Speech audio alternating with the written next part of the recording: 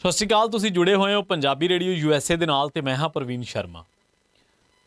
ਨੋਇਡਾ ਦੇ ਵਿੱਚ ਇੱਕ ਸੁਸਾਇਟੀ ਹੈ ਜਿਹਦਾ ਨਾਂ ਹੈ ਓਮੈਕਸ ਰੈਜ਼ੀਡੈਂਸ਼ੀਅਲ ਸੁਸਾਇਟੀ। ਇੱਥੇ ਕੀ ਹੋਇਆ ਕਿ ਇੱਕ BJP ਦੇ ਲੀਡਰ ਨੇ ਇੱਕ ਬੀਬੀ ਨੂੰ ਧੱਕੇ ਮਾਰੇ ਗਾਲਾਂ ਕੱਢੀਆਂ। ਉਹ ਬੀਬੀ ਉਸ ਲੀਡਰ ਨੂੰ ਨਜਾਇਜ਼ ਕਬਜ਼ਾ ਕਰਨ ਤੋਂ ਰੋਕ ਰਹੀ ਸੀ। ਇਹ BJP ਦਾ ਲੀਡਰ ਹੈ ਸ਼੍ਰੀਕਾਂਤ ਤਿਆਗੀ ਤੇ BJP ਦੇ ਹੁਣ ਜਿਹੜੇ ਲੋਕ ਨੇ ਭਾਜਪਾ ਵਾਲੇ ਉਹ ਭੱਜਦੇ ਨੇ ਕਿ ਇਹ ਬੰਦਾ ਸਾਡਾ ਨਹੀਂ ਹੈ, ਜਦਕਿ ਲੈਟਰ ਪੈਡ ਤੇ BJP ਦੇ ਜਿਹੜੇ JP ਨੱਡਾ ਨੇ ਪ੍ਰਧਾਨ, ਨੈਸ਼ਨਲ ਕੌਮੀ ਪ੍ਰਧਾਨ, ਉਹਨਾਂ ਦੇ ਨਾਲ ਫੋਟੋਆਂ ਨੇ। ਇਸ ਤੋਂ ਇਲਾਵਾ ਫੋਟੋਆਂ ਨੇ, ਇਸ ਤੋਂ ਇਲਾਵਾ BJP ਦੇ ਹੀ UP ਦੇ ਜਿਹੜੇ ਪ੍ਰਧਾਨ ਨੇ ਉਹਨਾਂ ਦੇ ਨਾਲ ਇਸ ਬੰਦੇ ਦੀਆਂ ਫੋਟੋਆਂ ਨੇ, ਸ਼੍ਰੀਕਾਂਤ ਤਿਆਗੀ ਦੀਆਂ।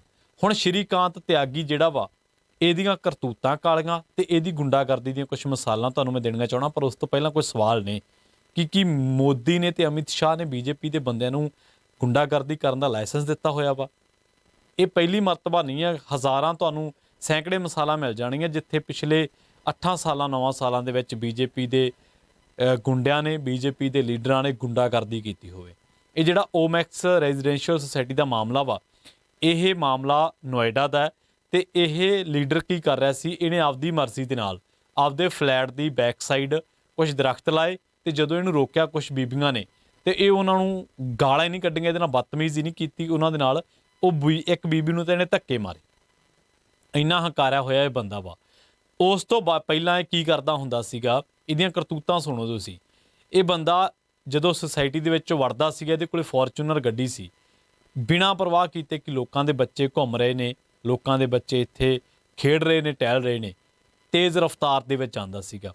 ਔਰ ਬਕਾਇਦਾ ਇਹਦੇ ਕੋਲੇ ਕਦੇ ਕਦੇ ਇਹਦੇ ਮੂਹਰੇ ਪਾਇਲਟ ਜਿਪਸੀ ਵੀ ਲੱਗੀ ਹੁੰਦੀ ਸੀ।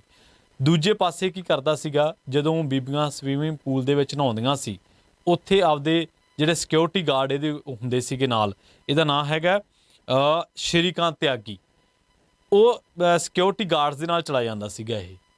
ਤੇ ਉੱਥੇ ਬੀਬੀਆਂ ਨੂੰ ਸ਼ਰਮਿੰਦਗੀ ਮਹਿਸੂਸ ਹੁੰਦੀ ਸੀ ਕਿ ਜਦੋਂ ਉਹ ਨਹਾ ਰਹੀਆਂ ਹੁੰਦੀਆਂ ਸੀ।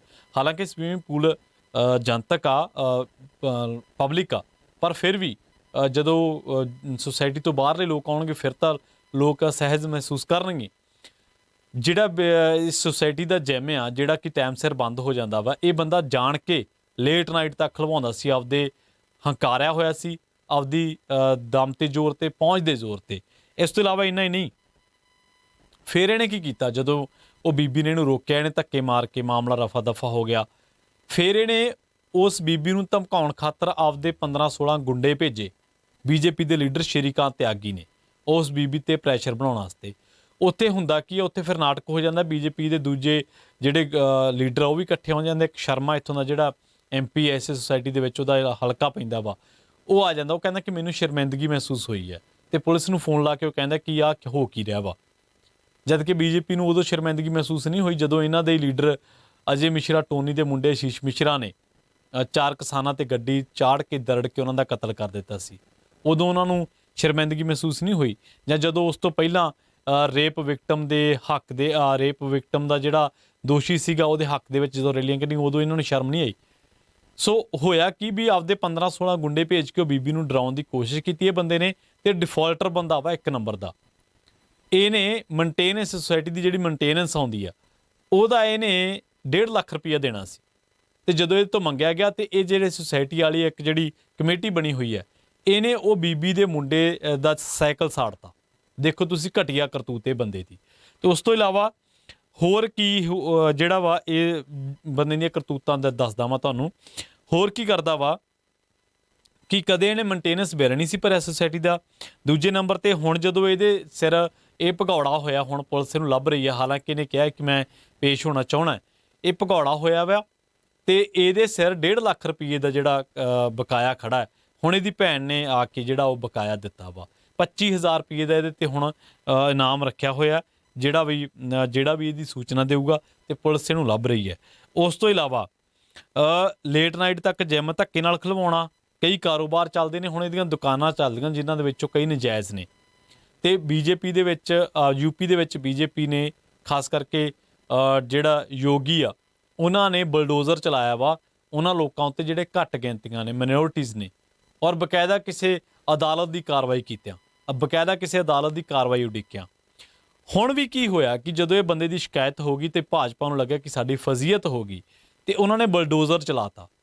ਇਹਦੇ ਜਿਹੜਾ ਇਹਨੇ ਨਜਾਇਜ਼ ਕਬਜ਼ਾਇਆ ਹੋਇਆ ਥਾਂ ਸੀਗਾ ਉੱਥੇ ਕੀ ਹੈ, ਮੋਦੀ ਹੈ ਤਾਂ ਮੁਮਕਿਨ ਹੈ, ਘਰ ਘਰ ਮੋਦੀ, ਜਬ ਤੱਕ ਸੂਰਜ ਚਾਂਦ ਰਹੇਗਾ, ਯੋਗੀ ਤੇਰਾ ਨਾਮ ਰਹੇਗਾ। ਮਤਲਬ ਬੀਜੇਪੀ ਦੇ ਜਿਹੜੇ ਸਪੋਰਟਰ ਨੇ ਉਹ ਇੱਥੋਂ ਤੱਕ ਉਹਨਾਂ ਦੀ ਅਕਲ ਤੇ ਪਰਦਾ ਪਿਆ ਹੋਇਆ ਵਾ ਕਿ ਉਹ ਨਜਾਇਜ਼ ਕਾਰਵਾਈ ਨੂੰ, ਜਿਹੜੀ ਕਾਰਵਾਈ ਬੇਸ਼ੱਕ ਨਜਾਇਜ਼ ਇਹਨੇ ਰੋਕਿਆ ਹੋਇਆ ਸੀ ਥਾਂ, ਪਰ ਫਿਰ ਵੀ ਇੱਥੇ ਕੋਰਟ ਦੇ ਆਰਡਰ ਨਹੀਂ ਉਡੀਕੇ ਗਏ ਹਾਲੇ ਤੱਕ, ਤਾਂ ਉੱਥੇ ਵੀ ਉਹਨਾਂ ਨੇ ਜਿਹੜਾ ਵਾ ਯੋਗੀ ਜਬ ਤੱਕ ਸੂਰਜ ਚਾਂਦ ਰਹੇਗਾ, ਯੋਗੀ ਤੇਰਾ ਨਾਮ ਰਹੇਗਾ। ਮਤਲਬ ਹੁਣ ਬੀਜੇਪੀ ਦੇ ਜਿਹੜੇ ਸਮਰਥਕ ਆ ਉਹ ਇੱਥੋਂ ਤੱਕ ਵੀ ਜਿਹੜਾ ਉਤਰੇ ਹੋਏ ਆ, ਇੱਥੋਂ ਤੱਕ ਵੀ ਉਹਨਾਂ ਦੀ ਅਕਲ ਤੇ ਪਰਦਾ ਵਾ ਕਿ ਕਾਰਵਾਈ ਭਾਵੇਂ ਨਜਾਇਜ਼ ਹੀ ਕਰੇ, ਯੋਗੀ ਕਰੇ, ਤਾਂ ਉਹ ਬਸ ਯੋਗੀ ਦਾ ਗੁਣਗਾਨ ਕਰਨਗੇ। ਹਾਲਾਂਕਿ ਅਸੀਂ ਇਸ ਗੱਲ ਦੇ ਹੱਕ ਦੇ ਵਿੱਚ ਨਹੀਂ ਆ। ਅਸੀਂ ਕਹਿੰਦੇ ਹਾਂ ਕਿ ਇਸ ਦੇਸ਼ ਦੇ ਵਿੱਚ ਕਾਨੂੰਨ ਆ, ਯੋਗੀ ਕਾਨੂੰਨ ਨਹੀਂ ਹੈ। ਕਾਨੂੰਨ ਦੇ ਦਾਇਰੇ 'ਚ ਯੋਗੀ ਆ ਸਕਦਾ, ਯੋਗੀ ਦੇ ਦਾਇਰੇ 'ਚ ਕਾਨੂੰਨ ਨਹੀਂ ਆ ਸਕਦਾ। ਯੋਗੀ ਕਾਨੂੰਨ ਤੋਂ ਵੱਡਾ ਨਹੀਂ ਹੈ, ਮੋਦੀ ਕਾਨੂੰਨ ਤੋਂ ਵੱਡੇ ਨਹੀਂ ਆ। ਇਹ ਕਾਰਵਾਈ ਬੇਸ਼ੱਕ ਜਿਸ ਕਿਸੇ ਤੇ ਵੀ ਹੋਵੇ, ਕਾਨੂੰਨ ਦੇ ਦਾਇਰੇ ਦੇ ਵਿੱਚ ਰਹਿ ਕੇ ਹੋਵੇ। ਯੋਗੀ ਅਦਾਲਤਾਂ ਤੋਂ ਵੱਡਾ ਨਹੀਂ ਹੈ ਕੋਈ ਵੀ। ਮੋਦੀ, ਅਮਿਤ ਸ਼ਾਹ, JP ਨੱਡਾ ਇਹ ਅਦਾਲਤਾਂ ਤੋਂ ਵੱਡੇ ਨਹੀਂ ਹੈ। ਆਸ਼ੀਸ਼ ਮਿਸ਼ਰਾ, ਅਜੇ ਮਿਸ਼ਰਾ, ਟੋਨੀ ਅਦਾਲਤਾਂ ਤੋਂ ਵੱਡੇ ਨਹੀਂ ਆ। ਸੋ ਇਹ ਆ। ਉਸ ਤੋਂ ਬਾਅਦ ਕੀ ਹੁੰਦਾ ਹੈ ਕਿ ਉੱਥੇ ਨਾਅਰੇ ਲੱਗਦੇ। ਇੱਥੋਂ ਇੱਕ ਗੱਲ ਤਾਂ ਸਾਫ਼ ਹੈ ਕਿ ਭਾਵੇਂ ਤੁਸੀਂ BJP ਦੇ ਵਿੱਚ ਹੀ ਹੋ, ਵਰਕਰ ਉੱਥੇ BJP ਦੇ ਰਹਿੰਦੇ, ਇਸ ਕਰਕੇ ਉੱਥੇ ਮੈਂਬਰ ਪਾਰਲੀਮੈਂਟ ਪਹੁੰਚੇ BJP ਦਾ, ਪਰ BJP ਦਾ ਗੁੰਡਾ ਤੁਹਾਨੂੰ ਵੀ ਪਰੇਸ਼ਾਨ ਕਰ ਸਕਦਾ। BJP ਦੇ ਵਿੱਚ ਹੋਣਾ, BJP ਨੂੰ ਸਮਰਥਨ ਕਰਨਾ, ਇਹ ਨਹੀਂ ਹੋ ਸਕਦਾ ਕਿ ਤੁਸੀਂ ਗੁੰਡਾਗਰਦੀ ਤੋਂ ਮੁਕਤ ਹੋ ਗਏ ਜਾਂ ਤੁਹਾਨੂੰ ਕੋਈ ਗੁੰਡਾ ਪਰੇਸ਼ਾਨ ਨਹੀਂ ਕਰੇਗਾ। ਹੁਣ ਸ਼੍ਰੀਕਾਂਤ ਤਿਆਗੀ ਦਾ ਫਿਰਦਾ ਭੱਜਿਆ, 25,000 ਰੁਪਏ ਦਾ ਸਿਰਨਾਮ ਆ। ਹਾਲਾਂਕਿ ਉਹਨੇ ਪਹੁੰਚ ਕੀਤੀ ਆ ਕਿ ਮੈਂ ਸਰੈਂਡਰ ਜਿਹੜਾ ਵਾ ਉਹ ਕਰਨਾ ਚਾਹੁੰਦਾ ਵਾਂ, ਪਰ ਤੁਹਾਨੂੰ ਯਾਦ ਹੋਣਾ ਆਸ਼ੀਸ਼ ਮਿਸ਼ਰਾ, ਅਜੇ ਮਿਸ਼ਰਾ, ਟੋਨੀ ਜਿਹੜਾ ਵਾ, ਆਸ਼ੀਸ਼ ਮਿਸ਼ਰਾ ਕੇਂਦਰੀ ਗ੍ਰਹਿ ਰਾਜ ਮੰਤਰੀ ਆ, ਤੇ ਆਸ਼ੀਸ਼ ਮਿਸ਼ਰਾ ਕੇਂਦਰੀ ਗ੍ਰਹਿ ਰਾਜ ਮੰਤਰੀ ਦਾ, ਅਜੇ ਮਿਸ਼ਰਾ ਦਾ, ਟੋਨੀ ਦਾ ਮੁੰਡਾ ਵਾ, ਮਾਫ ਕਰਨਾ। ਉਹਨੇ ਆਸ਼ੀਸ਼ ਮਿਸ਼ਰੇ ਨੇ ਗੱਡੀ ਚਾੜ ਕੇ 4 ਕਿਸਾਨ ਦਰੜ ਕੇ ਮਾਰ ਦਿੱਤੇ ਸੀਗੇ। ਉਦੋਂ ਵੀ BJP ਨੇ ਉਲਟਾ ਕਿਸਾਨਾਂ ਸਿਰ ਦੋਸ਼ ਮੜਿਆ ਸੀਗਾ। ਉਦੋਂ ਵੀ ਸੁਪਰੀਮ ਕੋਰਟ ਨੂੰ ਇਨਵੋਲਵ ਹੋਣਾ ਪਿਆ ਸੀ ਉਸ ਬੰਦੇ ਤੇ FIR ਕਰਨ ਵਾਸਤੇ।